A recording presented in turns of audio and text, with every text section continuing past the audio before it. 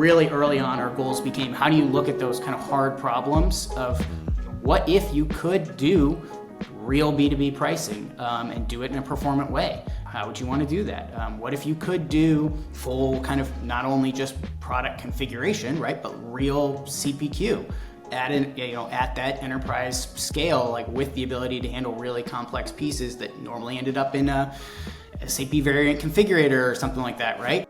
So guys, we had Rick on last week or a week and a half ago, and that was amazing. But I've been really looking forward to this conversation, mainly because there's so much of a rich history. We were just talking before about kind of the rich history that exists. I want to start with the first time I met Brian.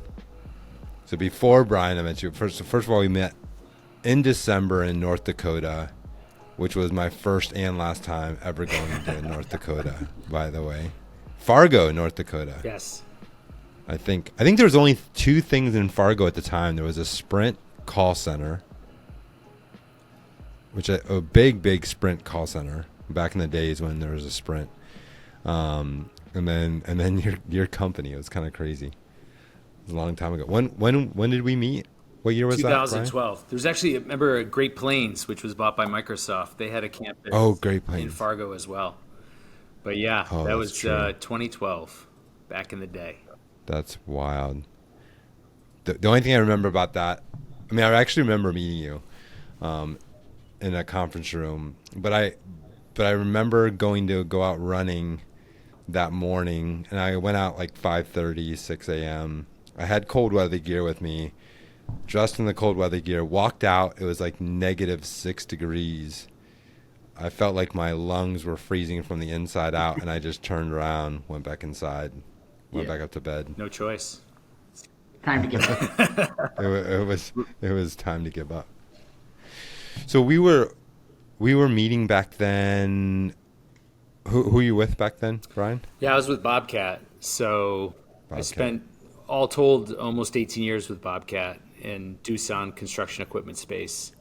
Mm-hmm. And at that point, we had already rolled Hybris in Europe, and we were launching it in the U.S., actually moving a full move, both SAP ERP and Hybris replacing Oracle. That's a significant move, man. Yeah.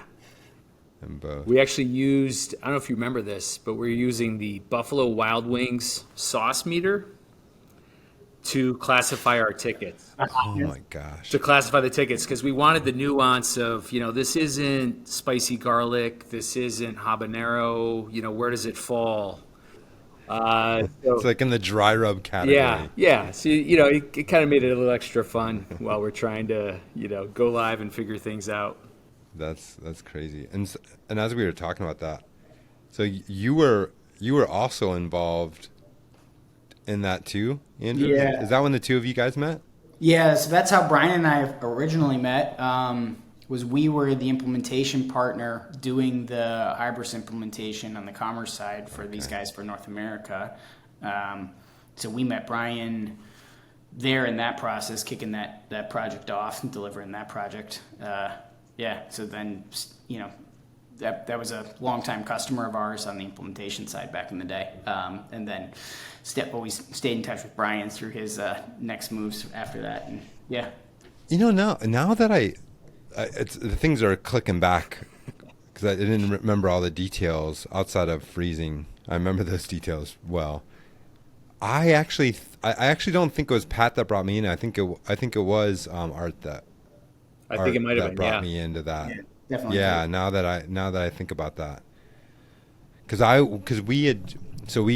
Oracle acquired Endeca in 2012. Earlier that year, this was December later of that year, and my I obviously had feet in the Hybris pool still, but Art owned ECA e-commerce advisors. Yep. We were navigating. And then what did you? I was just going to say we were navigating async and sync integrations, and you were right there with us. Man, it's kind of crazy though that was the same time. I didn't realize that connection, Andrew. Yep. Yeah, and it's a bunch of us here at Viax. So Larry Ramponi was doing that, was helping with that stuff. Dennis Golovati was on the team here. Yeah, so there's a bunch of us that were involved with that stuff. What was the progression from ECA to Viax? Yeah, so we were at ECA kind of in that early 2010s time frame, early Hybris days in North America.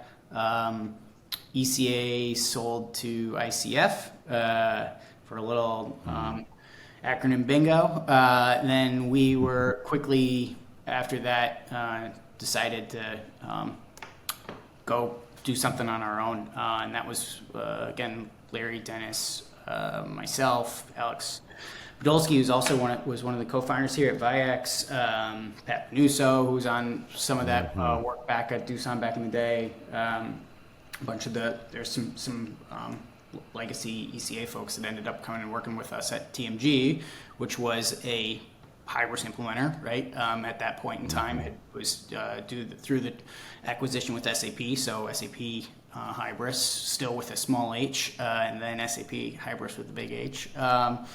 So spent 2014 to 2019 doing implementations, mostly for B2B enterprise manufacturers in that space before starting Viax in 2019. So for everybody listening, just to plug in some holes, I mean, it's kind of interesting. So Hybris was mostly European company doing a lot of great work in Europe. They wanted to come to North America, so they brokered a relationship with Endeca, who invented search and navigation, and Endeca became the sales team in North America from like 2009 to 2012. Essentially, they were the same company, but they were basically the main face in North America for Hybris, and Hybris had its own people, and were building their own people too. So we were going to market. I was brought into Endeca in 2009 for the go-to-market in B2B to have some messaging there. We had best of class in commerce, best in class in search. I mean, it was a match made in heaven. The companies were supposed to merge at some point, which is why I joined them, and then all those talks broke down. Oracle bought Endeca in 2012, and then SAP bought Hybris in 13. I think they announced it 13 or 14. They announced 13. it, yeah, and then it closed after. Yeah. So many of these relationships. So ECA, just for everybody listening, ECA was an early implementer, an agency for Hybris and Endeca, and early 2009, 2010, very early in the game. And so many of the relationships really in e-commerce go back to those early years. I mean, at least for me, 2009 to 2015 were the key years, but 2009 to 2012 especially, so many people. So it's just special to, our small incestuous community. Brian, so you were at Bobcat Doosan. Yep. And then what was your progression? I know you've worked at a couple. In 14, just after they announced SAP buying Hybris, before it closed, I joined Hybris to focus on B2B. So I spent 6 years at Hybris, really working with manufacturers and distributors. We covered a number of industries, part customer advocate, because we were, really, from a practitioner's perspective, wanting to prioritize and look at key use cases, key capabilities that would continue to grow the platform and kind of expand its reach. So spent 6 years there, and then kind of reconnected with Andrew and the crew, and I had a great time at SAP. Wonderful people, wonderful culture in a lot of ways, but from a product side and from a B2B side, I was like, let's get it together here, and let's really tackle the challenges that we all know exist and have been challenging a lot of companies throughout the years. So that's why I joined Viax. You were one of the first kind of people that, at least that I remember back then, that went from industry into software and then really used that expertise, like being able to go back into customers and say, I was there. I was a user of this software. I walked through the beginning years, but you also were one of the first to actually have the experience of actually running a large program. Yeah. Because Bobcat had, it was multiple countries, Europe, U.S. Yeah, right? we started. How I many was sites? in Europe from 2005 to 11, where we actually selected, and it was a bake-off between Intershop and Hybris back in the day. And there was something about Hybris, specifically the PIM capability, right, that put us over the top, because we had built what we called the data cat and some structures of our own to manage some of the complex product data and details. And so, yeah, we launched in, by the end, 30 plus countries initially, 5 languages, 3 currencies. Wow. So it was definitely early days for the platform, but it performed great. And we took it, when I moved back to the U.S., we were expanding the program to handle North America. Now working at Viax, what's your thoughts on commerce platforms themselves? I'm curious from the two of you guys, as you've watched this evolution. I mean, like back in the day, we had these on-prem solutions. I mean, Endeca was on-prem, Hybris was on-prem. I mean, both good and bad for that. And then we've seen this progression over the last 15 years. Where have we gone? And where do we need to go from here? Yeah, no, I think it's a great question, because on-prem, the good news was you could do anything. The bad news was you could literally do anything, right? So you could extend it and do what you want, but effectively, when it moved to SaaS into the cloud, it went on a diet. I think when you look at the specialization of what commerce is covering, and the growth of other areas, right? Other CMS, and looking at all the different elements and pieces, you have this level of specialization. So a growth in the number of platforms, but with that came new problems. I would say overall, I look at it, and I look at B2B overall, and I think it's gotten it's wider and deeper. I think we have an appreciation for the full kind of quote to cash cycle and what we want to include as part of that sales process. I know, Justin, you talk a lot about like the pre-sales efforts and the post-sales efforts. Commerce is one piece of that larger picture. That's put more demand and strain on how we operate. So our tooling, even from the back office and the operations side, is very important, and it matters quite a bit. We've had a proliferation of ERP systems. We're kind of fragmented in many ways. It's a very dynamic, interesting market right now. I know there's a lot of talk about the customer experience. Of course, that's always rising. I really liked when Accenture used to talk about industrial consumerism, right? But that consumer-like engagement, and a lot of that's, and where we're going, I think, is around real-time information, right? You want real-time data to make decisions. We expect it. We live with that in our consumer life. I want to know how much it is, when I can have it. And that's putting increased demands on our back ends, levels of sophistication, and more collaboration as an organization. Which in the early days we were okay with, just maybe serving up a price, and we'll let them know when they can have it, when we know when they can have it. So I think as all the expectations have risen, it's raised the bar in what we used to, the operational excellence side, not to mention really being, profitable, right? And driving towards not just the efficiency, but are we improving quality? Are we saving on the cost side? Like, all these factors come into play as it's become more and more integrated into the primary operation of a business. So that CFO is looking for a return and looking for, performance a lot quicker than it was back in the day too. We kind of ran like a lab experiment, or there was a lot of grace back then, and I think now Certainly, we've tightened our belts across the board. Today, I think the return window is a lot tighter, which is actually cutting the scope of projects and causing new problems at the same time.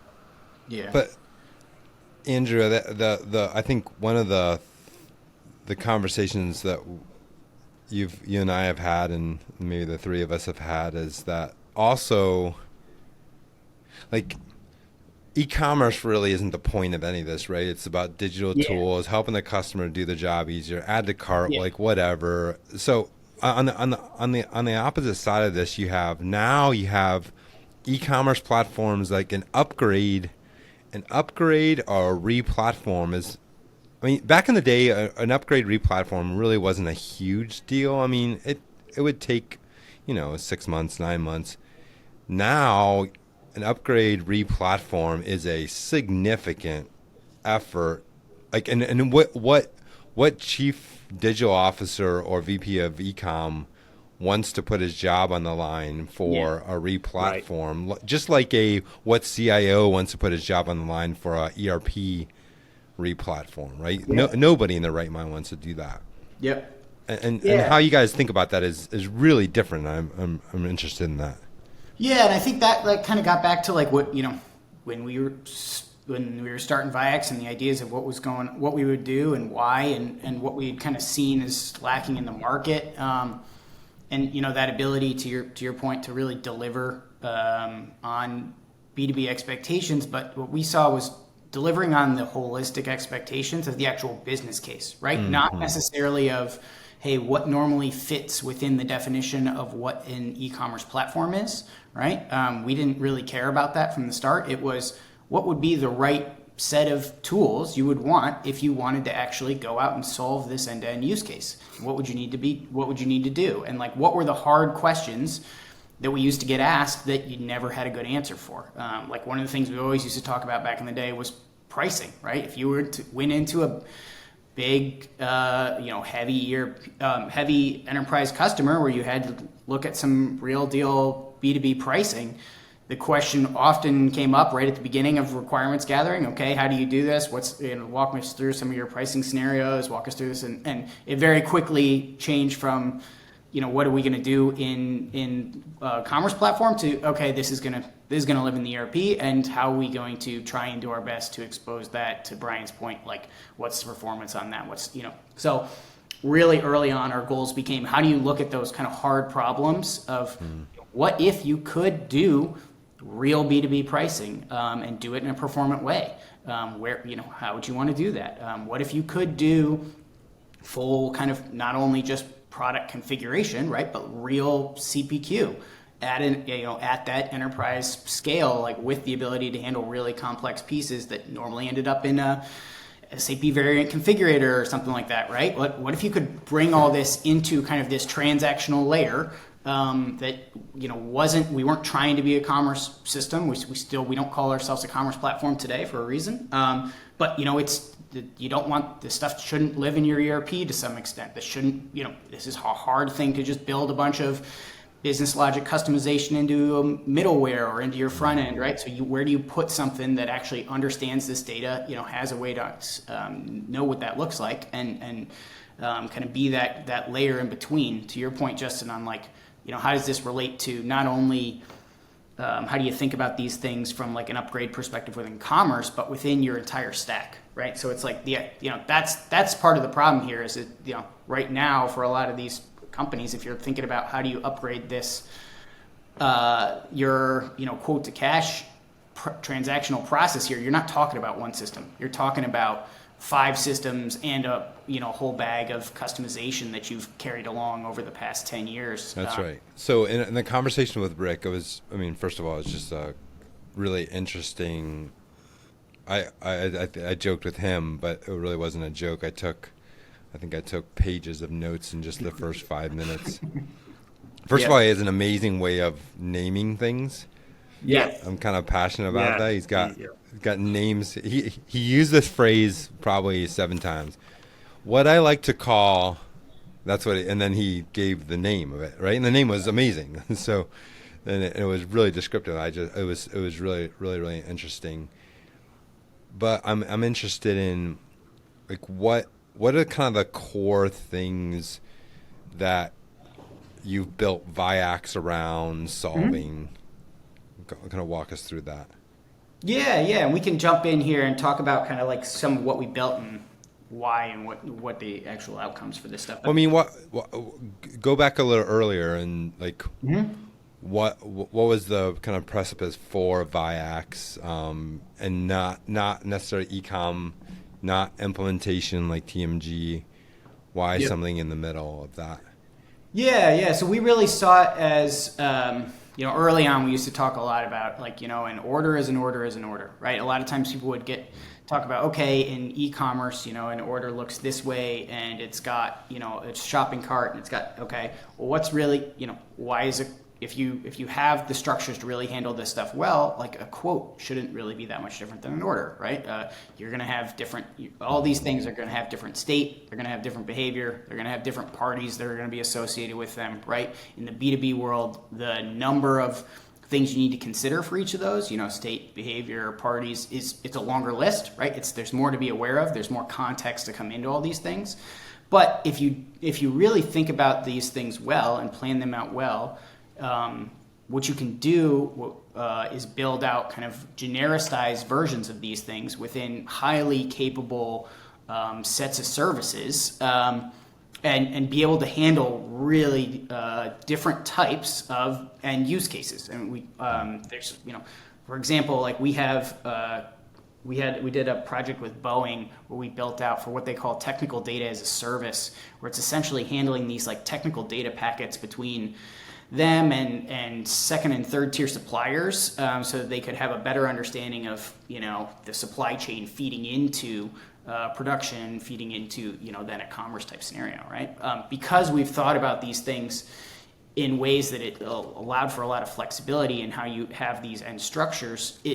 We had all the power to do it, and so you can really easily adapt it to pieces that sometimes you would never think of as, okay, I would use something in the commerce space to do this, right? So that's where we really have kind of taken a different approach with some of these. But really that focus on let's build some really powerful core services at the beginning of this, and that have always been kind of the focal point of Viax, and that's our determination engine, our configuration service, our ability to kind of come in and handle those pieces and do it to that kind of full end-to-end execution. What's the determination engine? Yeah, so it's essentially like the ability to do rules based on given context, right? So when you think of like product determination, for example, of maybe you've got a like a marketplace style scenario, right, where it's, hey, we need to understand this buyer is coming in, which suppliers do they want to be able to buy from? What are the different pieces of context that are important to them? Do they want to know what's closest to me? Are they going to get specific pricing based on the account they're associated with, right? How do you build all these pieces that are important to saying, okay, these are the products I want to display for these pieces, or I own this machine with this serial number, and understanding what pieces are going to come off of that from relationships perspective.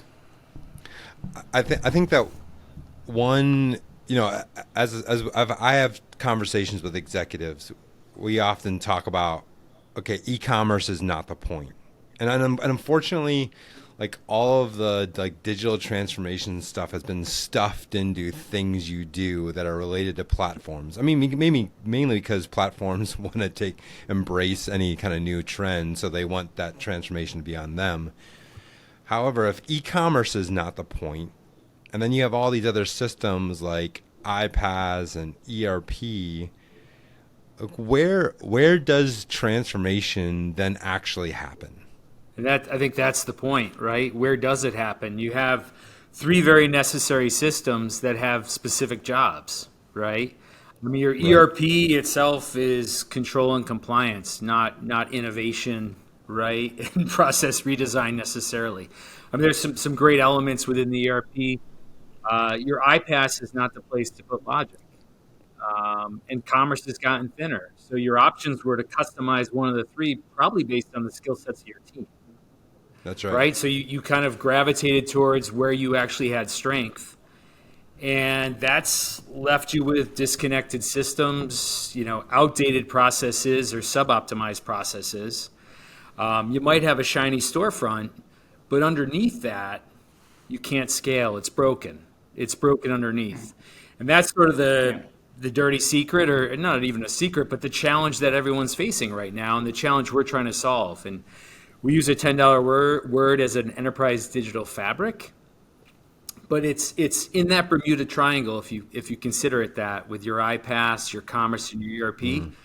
Where do I stand? Where do I make my moves? We're providing a stadium to establish a process that can go across all systems, across multiple systems, right? That's unifying data, bringing things together so that multiple parties can do their jobs. And as important, that the ERP and all these systems do what they were designed to do. And the unnatural acts, what we call unnatural acts, and all these violations that as you're moving up to S4 and you're looking at a clean core for good reasons, you want a clean upgrade path.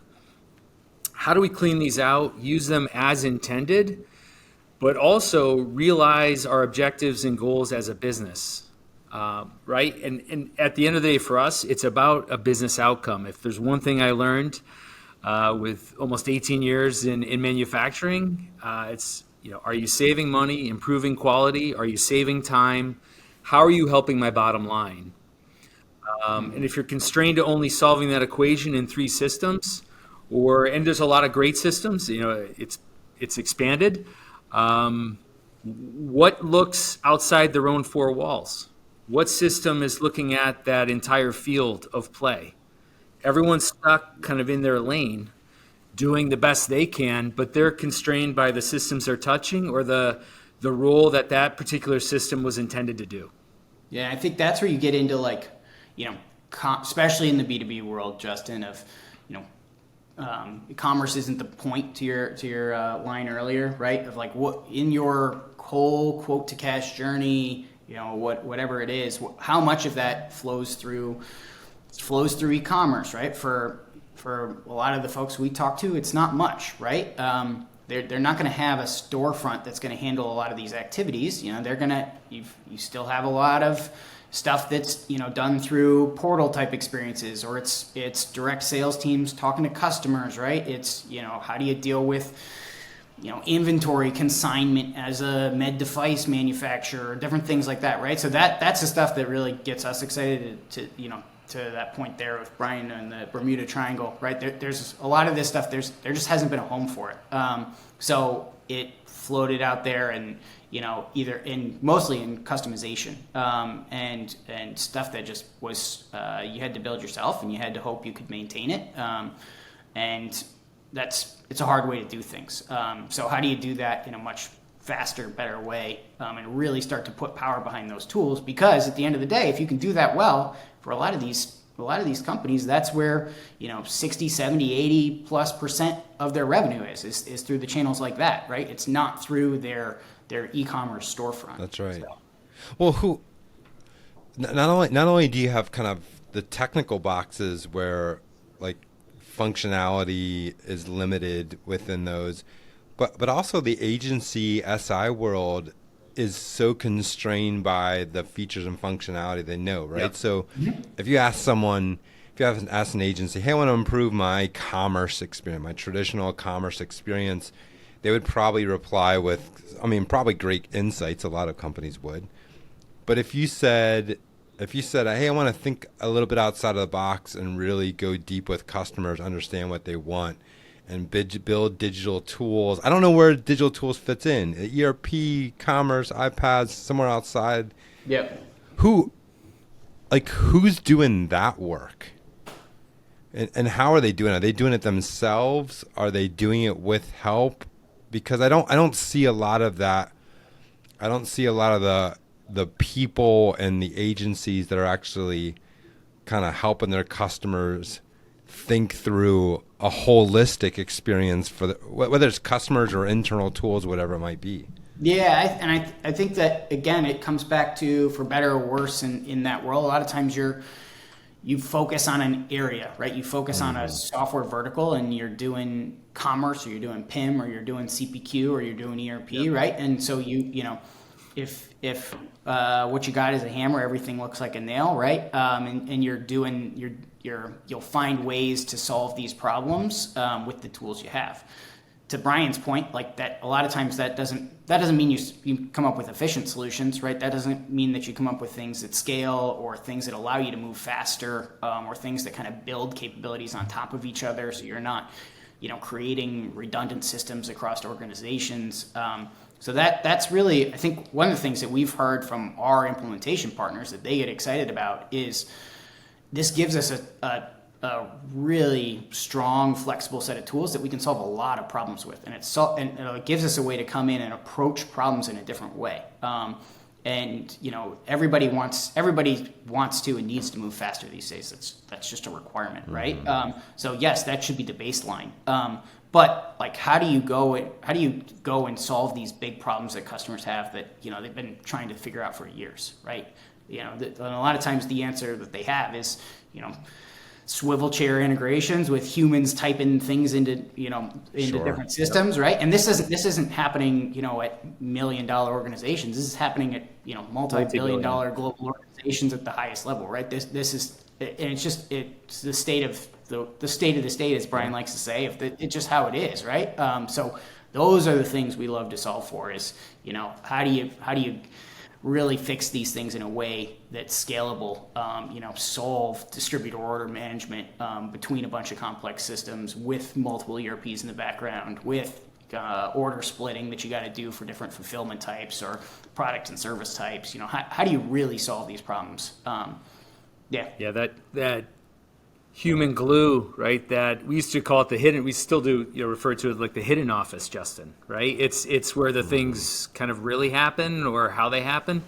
I think building on that partner side, they're excited about what we're doing. It gives them, a place to quarterback and drive a conversation across functions, to workflow it out, show it to multiple functions in the business. We've gotten that feedback from our customers. This is the first time we actually are all seeing how this process looks, and it sounds simple, right? Because we all process map and lay things out, but to really understand the nuts and bolts of it for what we're really doing across an entire flow with multiple interactions across it, and seeing that is really rewarding, and is something they're excited about, because I feel like our partners have been constrained by the tools they've been given right now and sort of the field they've been put on. And to Brian's point there, when we start any work with a customer, with a partner, one of the first things you do is you build out what we call your business interaction. So your business interaction is kind of the core building blocks of how you think of these processes come together. So when Brian says they get to see what this workflow looks like, they get to physically see it, because that's part of our tooling is the workflow modeling, and it's a great place to start, because back in the day we used to use, you'd get in a room with a whiteboard and you draw the stuff on a whiteboard, or use tools like Miro or whatever as you're doing the project planning. Right? No. It was like Visio. It wasn't Miro back. It wasn't Miro back then. Come on. Yeah. So, but now, actually being able to Brian's point, like the kind of as the basis for this, you build out the business interaction model. And you show how here's the different states, here's the transitions, here's what tasks are going to fire off at this time. Okay, at this point, we're going to make a call out to the ERP system. Okay, here's the stub of the serverless function that needs to get dropped in here. It makes it very easy to see this, and we've had customers be like, man, we spent months trying to get the team just on the same page of what this workflow looks like. So even the kickoff of this project of getting this mapped out here, it's just so helpful to have everybody be able to look at the same thing and understand, here's what we're going to do. And then, phase 2, phase 3, whatever comes around, you want to add pieces to this, you want to add functionality. It makes it very easy to come back in and be like, okay, this is where this needs to go. Okay, we need to add in a second business interaction. Okay, here's where that one's going to call this one. Here's, and it makes it, very scalable to start to get people to understand this from a business level, not just from a technical level, but understand how these things play together and what you're trying to achieve. That role of change management, like like Andrew's saying, it's priceless. People are like, okay, I understand what's going on. I have my questions, or I've gotten my answers, and you can really move forward kind of with a shared understanding of what we're building, what's in scope, and what will be delivered. But I think that the traditional way you think of when you come against a constraint, the traditional way is you got to upgrade it, you got to replace it, or you need to we'll just ignore it, right? And it feels like what you're saying is those aren't the three options you should be looking at. There's other ways of looking at them. But I think that's traditional. I think everybody's looking at.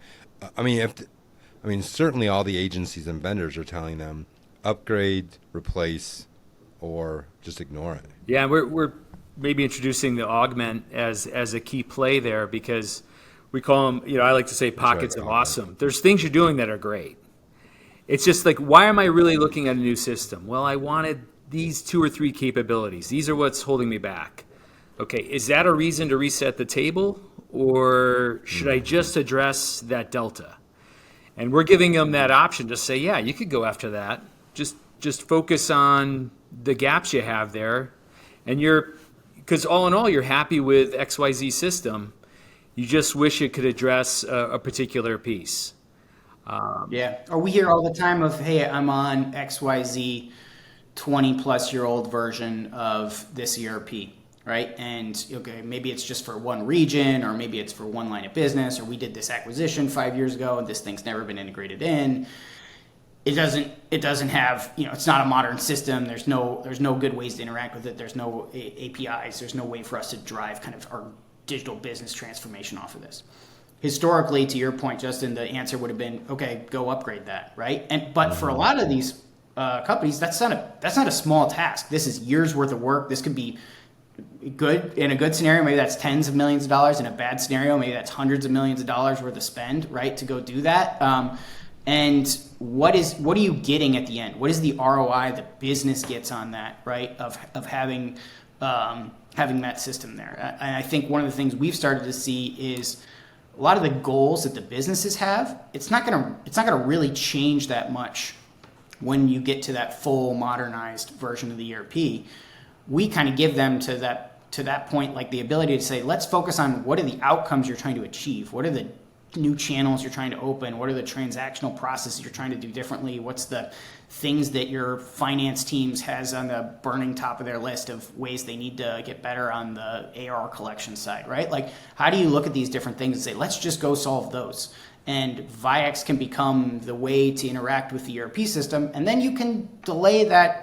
You might be able to delay that ERP upgrade that maybe you do it at some point, but you're going to be able to do it in a better way. You're going to be able to worry about less functionality having to be in that upgrade. And maybe you give yourself a couple of years to really understand what you want the outcomes to be before you go and go down that path and spend tons and tons of time and money on a high-risk project. Well, so talk to me about upgrades, because in part of our conversation earlier, a lot of S4 upgrades being done, and what you guys had told me is that they're trying to keep it, what do you call it, the core? Clean core. Clean core. What is that? What does clean core mean? Yeah, so it's SAP's terminology of essentially, you're going from on-prem platforms that a lot of times in the past were really highly customized, and you're moving to a SaaS license for ERP, and for that to work well and for you to stay on the upgrade path, you need to have a clean core, as SAP would say. Don't over customize things. Keep it as out of the box as you can to be able to be within the upgrade path and simplify that. But that stuff's got to live somewhere, right? For most of those customizations were there for a reason. That's so right. Where do they go? Right. Yeah. That's your special sauce. That's your special sauce too, right? I mean, that's some of the differentiation right. is in those, and that there's this idea that we're going to simplify. No, there's, as you're saying, Justin, there's a reason things are the way they are. Not that we couldn't all simplify or standardize certain elements. Every business could, but inherently there are some elements there that need to remain, whether those are from a data or a process perspective. And so, how do you maintain that and still run kind of standard. And I think what we're trying to provide is the best of both of those worlds for a company. And I think one of the things that we get a lot of positive feedback on is this idea that we're unopinionated when it comes to the process, right? So when we go to sit down with a customer to say, okay, how you're trying to solve for this quoting process or this CPQ process, whatever it is, just as an example, and instead of saying, okay, here's what Viax can do, and here is the capabilities we have, and here's the way our functionality works, we get to start the opposite direction. We get to say, what is the optimal process for your business? What is the right way you want your people to work? What is the right flow you want for this, these rules or this approval cycle? And then Viax can fit to all of that, right? Like that's kind of the easy side for us. It's more about understanding what's the ideal state for the business, and then we map to that versus saying, hey, here's the constraints of the software, and go and do your best to fit this into your process, or do manual workarounds for what doesn't work. So that's really, I think, a core piece of how we think about some of this stuff differently. It's a very unique approach. You're right. Everybody wants to map to theirs, and what you're saying, Brian, is so true. Like, that's the competitive advantage. Those processes and customizations are the things that make them a unique business. Make this practical for us. Like, walk through some hard problems from customers, and where they were at before, and how they've kind of thought through those and worked through those with you guys. Yeah, I think we've seen it in a couple of ways. Like, we talked about the pricing stuff a bit earlier. That was one we always kind of always had as a bit of a holy grail on our side, right? Of being able to do real transactional pricing for Fortune 500 style manufacturers, distributors of coming in and saying we will do that real-time pricing for you, and be able to do that with the ERP, right? A lot of these teams, they don't want to actually, your finance team wants to still enter pricing data into the ERP, right? But basically taking that base pricing data, bringing it into Viax, and then we do all of the rules on how you build out that pricing for an actual ordering scenario, and then we do the actual transactional pricing calculation to be able to do that in a really high performance way. So those are that's one one of the things that comes to mind. Do you see that? I mean, obviously I understand that for commerce. Mm-hmm. Do you then see, like, even when they're entering an order in the ERP using that same process? Yeah, so like, again, and this is where the lines get a little blurry for us. It's like, we don't really care, where it is, right? So we don't necessarily think in terms of like, oh, this is just an e-commerce order, right? We've got customers where we're doing their kind of whole order to cash journey across B2B pieces that never would have been in an e-commerce platform, right? So we kind of look at some of that stuff differently, and to your point, Justin, it allows the customers to go solve more problems with a single tool. No, and as you go increasingly more real time, what we find ourselves is, if you think of us as an execution and performance layer, right? We can take some of that traffic, and the challenges back in the day where we were doing order simulates and things in Hybris for pricing and otherwise. Large orders that you're trying to place. How do you manage things like that? I know that's in a commerce context, but frankly, there's if you look at platforms like Shopify, where we have a partnership, and we'll, like Andrew said, we're unopinionated. We'll work with really help anyone. That's an amazing experience, right? That's a great experience.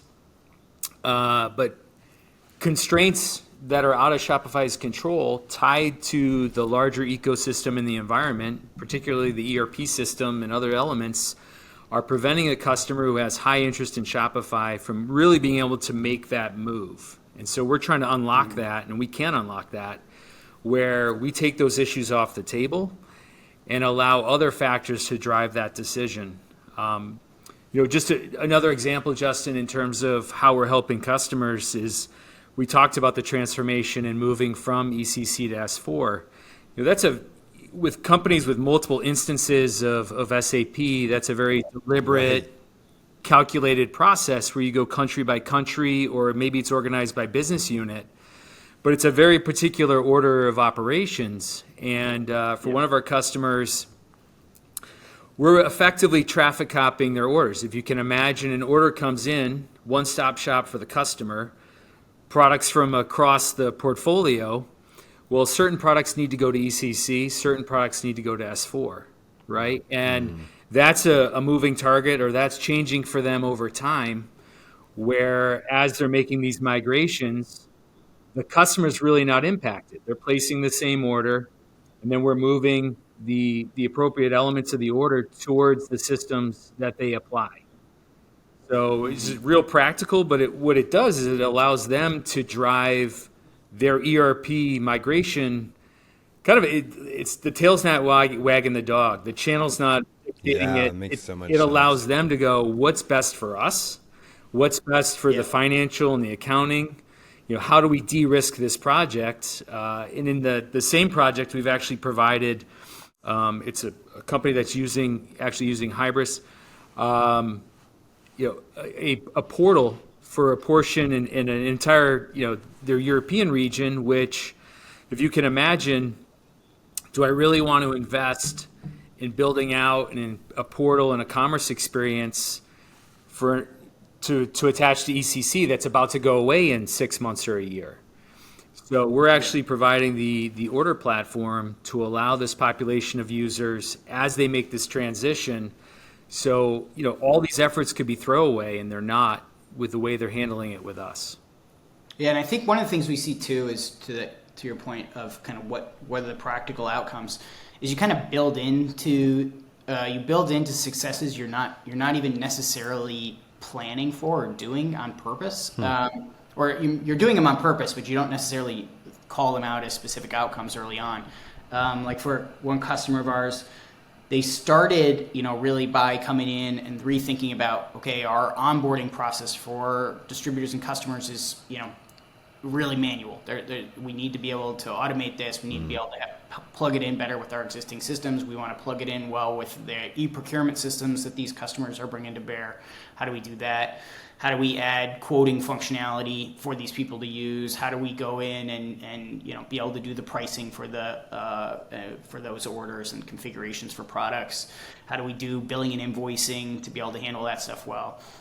At the end of the day, this customer, they're looking to replace an aging e-commerce platform, but they got to focus on solving the high value business targets first. And what they're going to do is, over the course of time, they're doing these pieces, but it all builds into essentially a new e-commerce platform that they already have done. And then what they do is you get to say, okay, now all we have to worry about is we want to put a new experience layer on instead of our old e-commerce platform there. We can have an experience layer, and we actually want to use that as a better unification layer that we're going to have other business units come under. We're going to be able to solve other channels with, right? And it gives you this kind of powerful set of tools that you're building business capabilities on top of each other that allow you to go out and just solve more problems. Like that's something we hear a lot that we really love, of this, you solve one problem, and then you get to use what you built the next day to solve the next problem faster. Yep. And you get, there's kind of a flywheel effect that we see customers have. Well, and sometimes you can get funding for one project based off of another, the success of another project too, which makes a ton of sense. And you need to make, I think in this economy right now, smaller bites, right? I mean, people attack in smaller pieces and still see business value, and that's certainly a focus. And I happen to see today you put that post out on AI as well, Justin. I think, and that's, and I'm no Luddite. We love AI. We love the potential of it. But I would just say that your transformation is the foundation and the groundwork, almost a prerequisite for AI. Like if you look at the fundamentals of what transformation was about modernizing your systems, right? Standardizing your processes and unifying data. That's right. Right. And in a sense, AI is only enhancing, accelerating some of what you've already put in place. I think so. It's a real interesting time, certainly as we look to agents and other elements running these processes with no one in theory behind the wheel, right? It's running. It's going to put a lot more emphasis and focus on how well you're able to access data, how well you're able to run workflows and processes. From that perspective, it's an interesting time, and I think you hear about the AI slop and sort of the siloed AI activities. You're ultimately not going to unlock AI until you've gotten those pieces in place. We think of it as mass commerce, mass custom commerce. That's coming is just sort of this. Hey, I've got certain flavors of customers. They all need to be able to come in and using an agent or through a storefront, follow and be guided through a particular process and and surface particular data so that agent can make a decision.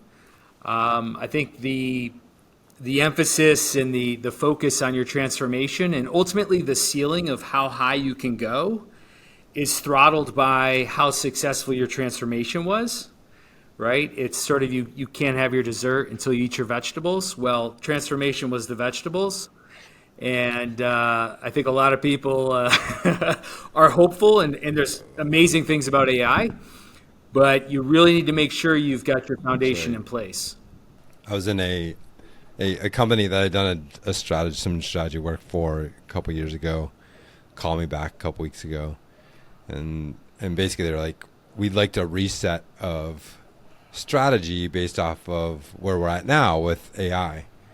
And I took the same presentation I had done back then, and I just changed some words on like some titles for the AI.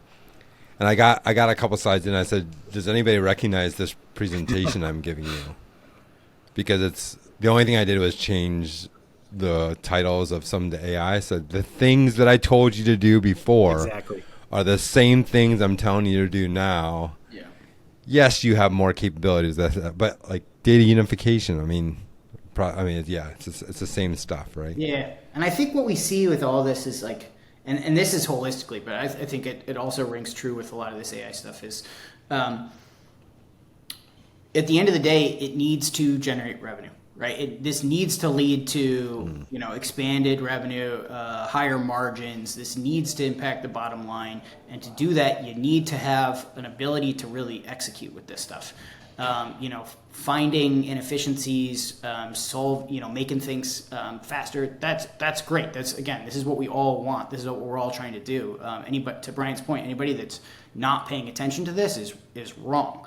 But you also need to really have that focus on the end of the day that this has to end up with a purchase, or this has to end up with a configured product, or this has to end up with a split order that's happening, right? Where you're taking these things and you're actually bringing it down to the level that it gets used and that it drives the business. And I think that's what we get really excited about, because we end up kind of so deeply embedded into how our customers think about that transactional process of driving the channels.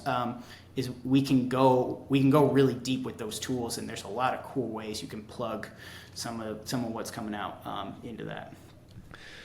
Well, this is an amazing conversation as always. I think we have another one scheduled with Larry. I think we're going to go through like some of the kind of technical underpinnings with Larry, which will be pretty exciting to go through. So really appreciate you guys' time and being here. Yeah, thank you, Justin. Yeah, absolutely. Thank you. It's better than Fargo. Better than Fargo. Greenville, South Carolina is much better than Fargo. Go. I'm just saying. Warmer. Definitely warmer. All right, guys. Thank you. Manufacturers, distributors, leaders in the zone. If you're building B2B, this the podcast throne. The industry's heartbeat, we're setting the tone. Turn insights to actions, it's how empires are grown. We're talking change management, breaking resistance. Strategies so sharp, they redefine persistence. Customer adoption, it's more than retention. It's building a movement, commanding attention. It's the B2B e-commerce show, where the vision is clear and the strategies glow. From the top of the globe, we're the pros who know. Turn the volume up loud, it's time to grow. We bring news, big topics, insights to spark. From the boardroom's glow to the warehouse dark. Digital transformations, the path we're paving, helping you lead through the change you're facing. This is more than a podcast, it's the industry's voice, giving you the tools to make the right choice. No fluff, just facts, no hype, just action. The show where solutions are more than a fraction. It's the B2B e-commerce show, where the vision is clear and the strategies glow. From the top of the globe, we're the pros who know. Turn the volume up loud, it's time to grow. This is your guide to the digital race. Practical advice, no time to waste. So tune in, gear up, and let's own the space. It's the B2B e-commerce show, the industry's base. The industry's base.